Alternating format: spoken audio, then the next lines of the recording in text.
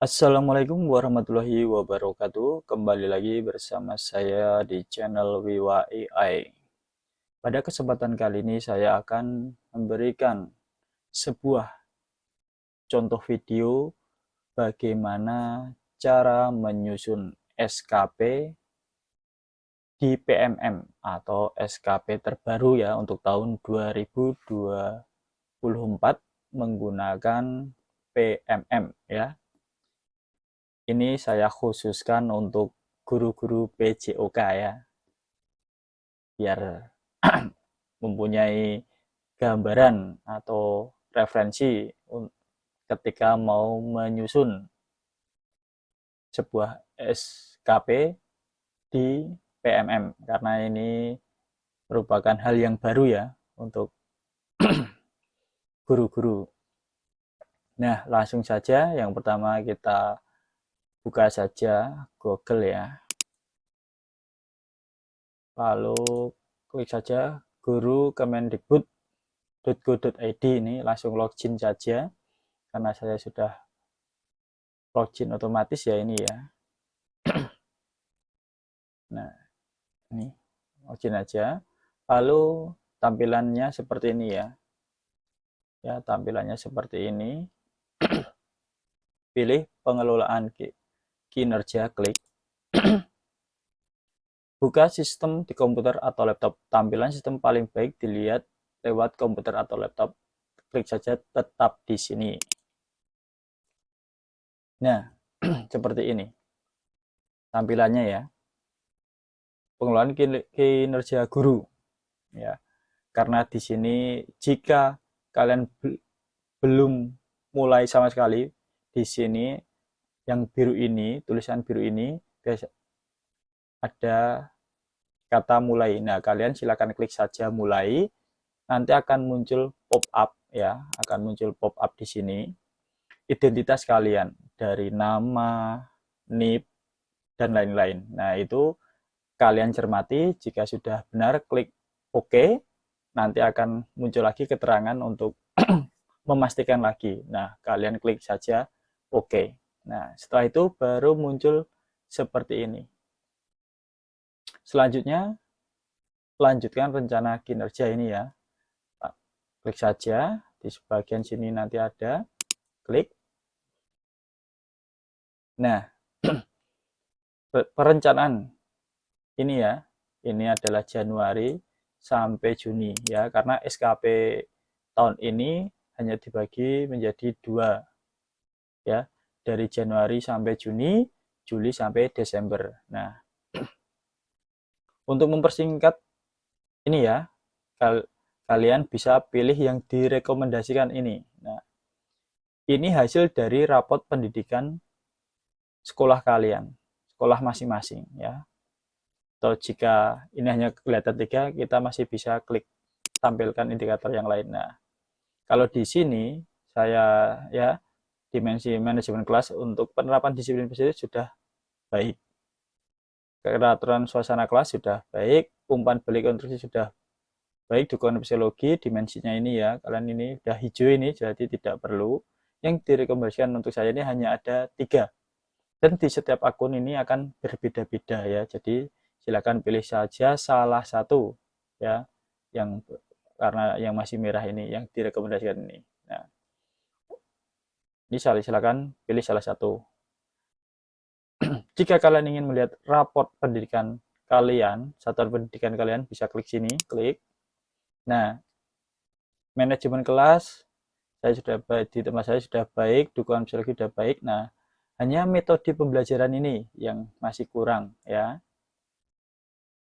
Kalau sudah, klik mengerti untuk kembali ke halaman ini tadi. Kalau kalian masih ingin melihat rapor pendidikan, bisa klik sistem rapor pendidikan. Nah, di sini akan muncul rapor pendidikan kalian. Kalian bisa klik unduh di sini, nanti bentuknya Excel ya, Excel. Tapi kalau kalian hanya ingin mengunduh poster kalian di sini, silahkan klik unduh poster. Ya, silahkan. Ya, ini kita close saja. Kita lanjut di sini ya untuk pengisiannya. Klik saya mengerti. ya, yang kurang ada metode pembelajaran. Nah, seperti. Nah, di sini juga 3 ya. Lalu saya akan memilih salah satu aktivitas interaktif. Nah, saya klik ya. Ntar ini ya, beda ya, ini ya, yang sudah diklik kelihatan ya sedikit biru. Saya klik, lalu klik lagi ke pengembangan kompetensi. Nah, di sini pengembangan kompetensi. Pilih jenis pengembangan kompetensi yang paling efektif dan berdampak untuk diri saya. Nah, untuk diri sendiri ya. Ini catatan berdasarkan Perdikjen GTK nomor ini sekian.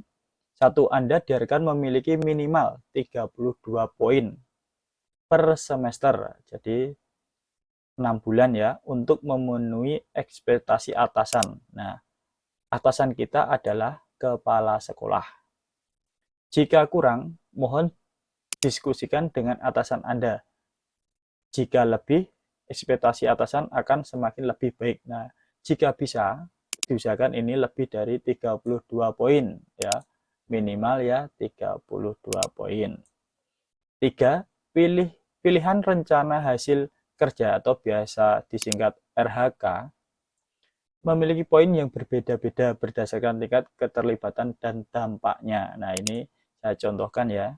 Ini total poin masih kosong karena saya belum memilih rencana kegiatan. Nah, ini masih kelihatan ya. Nanti kalau saya sudah memilih salah satu, di sini kurang poinnya akan berkurang dan di sini yang 0 ini akan bertambah. Ini salah satu contohnya. Rencana hasil kerja. Ya. Nah, di sini ada banyak ya di sini ya. Poin-poinnya di sini. Nah, ini yang dimaksud. Pilihan rencana hasil kerja memiliki poin yang berbeda ya. Memiliki poin yang berbeda. Nah, ini contohnya. Ada poin 4, 4, 4. Nah, kita scroll aja sampai bawah ini ada. Meningkatkan kompetensi melalui peran sebagai peserta program pelatihan dan pendidikan jangka pendek atau menengah pada bidang kepemimpinan dan teknis yang relevan seperti guru penggerak atau pelatihan. Nah, ini karena jika udah yang memiliki sertifikat itu bisa pilih ini, langsung poinnya udah lebih ya. Atau pilih yang hanya 4 bisa. Meningkatkan kompetensi melalui peran sebagai peserta berbagi praktek baik yang diselenggarakan komunitas belajar. Nah, ini di sekolahnya kalian bisa ya. Kalian bisa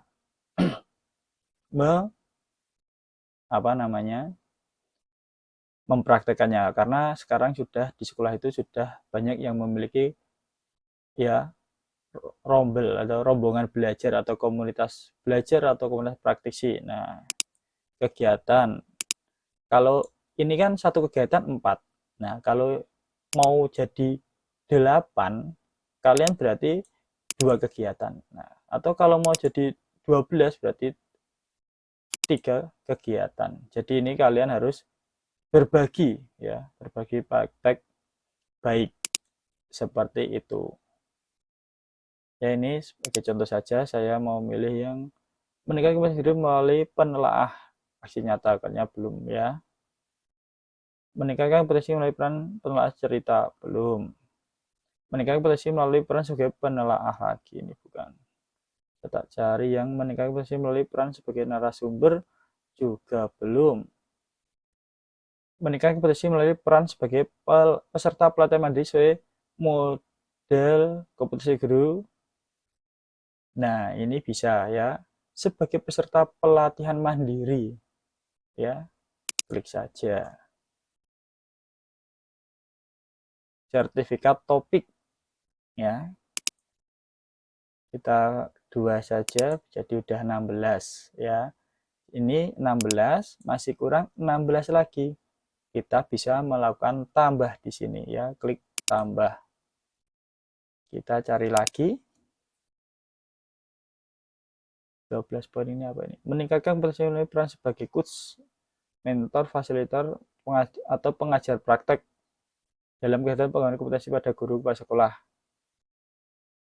Ini kalian sebagai apa ya namanya ya, coach atau mentor itu bisa.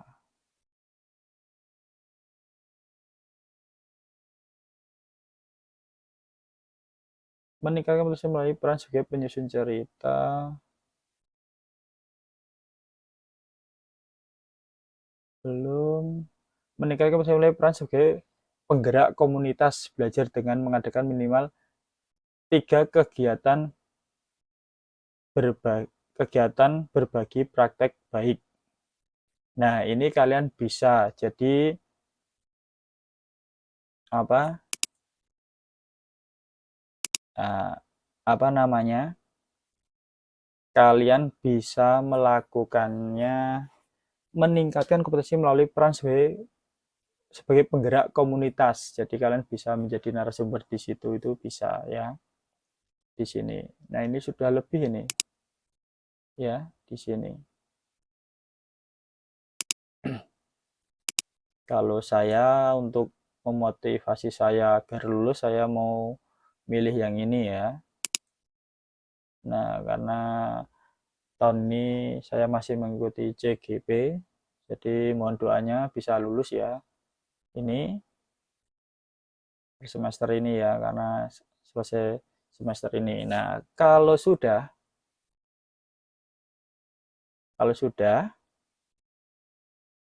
kita klik ke tugas tambahan. Nah, dari ini untuk meningkatkan kompetensi melalui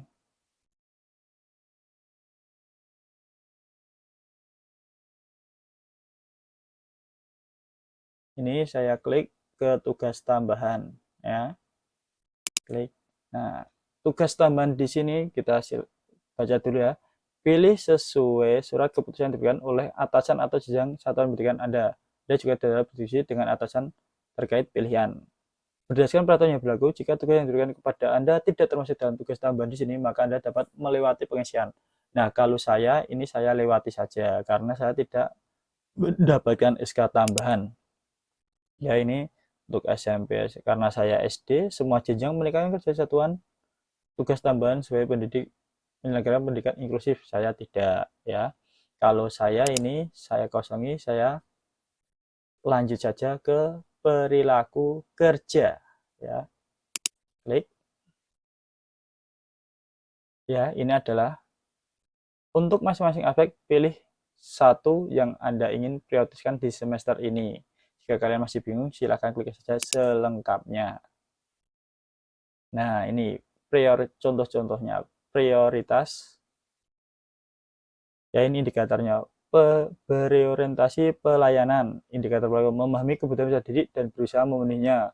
Perwujudan perilakunya di sini sudah ada ya, sudah bisa kalian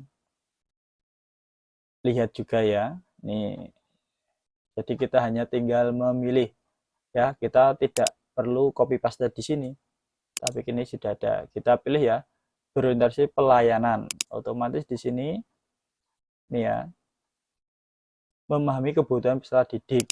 Di sini kita klik saja. Apa perilaku yang paling ingin Anda fokus di tahun ini? Nah, ini kan ada 4 ya, 1, 2, ada 3. Di sini ada berapa? 1, 2, 3, 4. Ya. Ada di sini perubahannya dari indikator ini kan, indikatornya ada 3, 1, 2, 3. Nah, ini. Jadi jika kalian bingung memilih antara yang mana, kalian bisa lihat di sini. Yang dikatakan melakukan perbaikan terus-menerus terhadap kompetensi dan perilaku kerja, memperbaiki kualitas layanan secara terus-menerus, menindaklanjuti setiap kritik dan saran yang berupaya memperluas wawasan kualitas pelayanan, menentukan kalau yang ini bersifat ramah kepada peserta didik dan orang tua tanpa membedakan, memahami kebutuhan peserta didik dan berusaha memenuhinya, mengidentifikasi kebutuhan peserta didik secara proaktif, memenuhi kebutuhan peserta didik secara responsif, melayani sesuai hasil asesmen awal peserta didik. Nah, kalian bisa pilih yang kalian ini ya, kalian rasa sesuai dengan diri kalian sendiri. Kalau saya ingin ingin ini melakukan perbaikan terus terhadap kompetensi dan perilaku kerja saya. Nah, bagaimana Anda akan menerapkan perilaku tersebut dalam kehidupan sehari-hari? Di sini sudah ada pilihannya berupaya merusak kualitas pelayanan, menindaklanjuti setiap kritik dan saran secara konstruktif, memperbaiki kualitas layanan secara terus-menerus. Nah, ya. Nih, kalau sudah silakan akuntabel. Pilih yang melaksanakan tugas dengan jujur, bertanggung jawab, tepat dipimpin, dan berinteraksi tinggi. Tidak menyalahkan kewenangan dengan jabatan. Nah, ini silahkan kalian pilih yang mana ya. Ada 3 juga ya. Nih. Nih.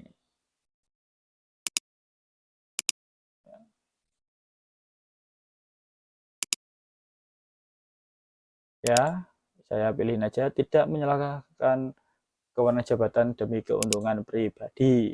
Bagaimana Anda akan menerapkan perilaku tersebut? Menghindari sesuatu yang menimbulkan konflik kepentingan pribadi, mengambil keputusan dengan objektif saat terjadi konflik, menghindari situasi yang menimbulkan konflik kepentingan pribadi ini ya. Jadi biar tidak frontal-frontal kalau ketika apa ya rapat-rapat usul-usulnya itu tidak usah begitu frontal ini. Atau di belakang layar itu tidak usah frontal-frontal. Ya, kompeten. Apa perilaku yang paling ingin Anda fokus di tahun ini ya, terutama ke semester ini Januari sampai Juni? Menunjukkan penguasaan kompetensi, membantu peserta didik, rekan sejawat, dan orang lain untuk saling belajar, melaksanakan tugas dengan kualitas baik. Nah, saya tak membantu saja, yang saya suka hal-hal yang membantu nih, membantu peserta didik, memberikan kesempatan lain untuk menyampaikan pendapat, bisa dilakukan memfasilitasi proses berbagi pengetahuan, ini bisa ya, bisa dilanjutkan di komunitas praktisi atau belajar ya. Memberikan kesempatan orang lain untuk menyampaikan pendapat, ini yang paling mudah ini dilakukan. Harmonis, apa perilaku yang ini ya, menghargai setiap warga satuan pendidikan ataupun latar belakangnya, memberikan pertolongan bagi warga satuan pendidikan yang memerlukan, mampu membangun pembelajaran yang kondusif ya, cari yang mudah-mudah menurut diri sendiri ya, berlaku adil, menjaga hubungan yang baik dengan rekan atasan kerja, menghormati gagasan yang cuman orang lain, menghargai. Nah, menghormati gagasan, kita hormati. Loyal, ya. Memegang teguh moral dan mematuhi peraturan undang-undang yang berlaku, menjaga nama baik suatu pendidikan, dimanapun berada. Menjaga ini bersikap dan berlaku melindungi nama baik serta citra satuan pendidikan, melaksanakan arahan kepada sesuai dengan norma dan berlaku, menyebarkan informasi positif tentang informasi pembelajaran. Nah, adaptif perilaku yang ini menyesuaikan diri secara cepat, terus berpikir proaktif untuk mengembangkan diri dan warga satuan. Ini aja ya. Bagaimana Anda menerapkan perilaku tersebut dalam kehidupan sehari-hari? Menyesuaikan diri di berbagai lingkungan kerja, beradaptasi dengan dinamika perubahan lingkungan, menguasai nih menyesuaikan diri ya. Kolaboratif, memberikan kesempatan kepada warga satuan pendidikan dan masyarakat bekerja sama secara terlibat dalam menghasilkan dampak pelajaran tersebut dan masyarakat menggerakkan pemanfaatan sumber daya. Ini saja. Bagaimana Anda akan menerapkan perilaku tersebut dalam kehidupan sehari? Mengakui saat berbuat kesalahan dan bersedia meminta maaf. Nah, ini yang minimal saja ini ya. Kalau sudah, kita klik ke rangkuman. Ya, ke rangkuman. Nah, di sini sudah ya. Rangkuman perencanaan saya. Rencana hasil meningkatkan praktek aktivasi kognitif yang berfokus pada aktivitas interaktif. Guru akan mengisi formulir diskusi persiapan, formulir diskusi tindak lanjut, dan formulir refleksi tindak lanjut. Di sini sudah ada panduannya juga. Jika masih bingung, kita klik cek panduannya. Nah, di sini sudah ada panduannya ya. Silahkan klik saja, nanti kalian baca sendiri ya, panduannya seperti ini. Ya, di sini sudah ada. Ini juga sama, silahkan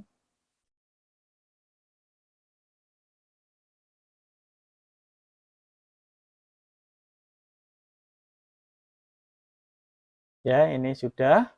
Jika sudah, kalian lanjut ajukan. Nah, kalau sudah diklik lanjutkan ini, kita sudah tidak bisa untuk edit lagi. Jadi, ketika kalian masih bingung atau masih ingin ada yang mau dirubah atau mungkin tanya-tanya ke teman-teman dahulu, jadi kalian jangan klik lanjutkan. Karena kalau udah klik lanjutkan, lanjut ajukan itu tidak bisa diubah lagi. Jadi kalau masih mau ubah, ya tinggal aja klik ubah. Nah, di sini masih bisa ini ya. Kalian masih bisa klik mana ya. Kalau sudah ya kembali ini aja. Nah, ini masih bisa diedit-edit ya ini ya. Tugas tambahan seperti ini contohnya. Jadi kalian tidak usah bingung atau takut bagaimana ya. Seperti ini. Nah, ini tadi terakhir. Kalau masih bingung, wah masih bingung ini saya perlu komunikasi dengan kepala sekolah dulu. Kalian bisa ya sampai di sini sudah bisa langsung tinggal close saja dibiarkan karena otomatis sudah save sendiri. Tapi kalau kalian masih bingung ya, masih bingung ya, di rangkuman ini kalian bisa klik simpan PDF. Nah, kalau sudah berhasil simpan PDF, kalian akan kembali di sini. Nah, kalau sudah besok udah komunikasi dengan kepala sekolah, ya sudah tidak bingung lagi, klik aja, buka langsung klik lagi, lanjutkan rencana kinerjanya. Sudah seperti ini. Nah, ini ke pengumuman lagi. Nah, ini sudah ada isiannya. Jadi mau ditambah, ya misal ini saya tambah, ternyata saya salah, tinggal hapus saja di sini. Seperti itu. Oke ya, cukup sekian dari saya untuk bagaimana cara mengisi atau pengisian perencanaan kinerja atau SKP di PMM. Nah, semoga bermanfaat. Jika masih ada yang bingung, silahkan tulis di kolom komentar. Oke, Assalamualaikum warahmatullahi wabarakatuh.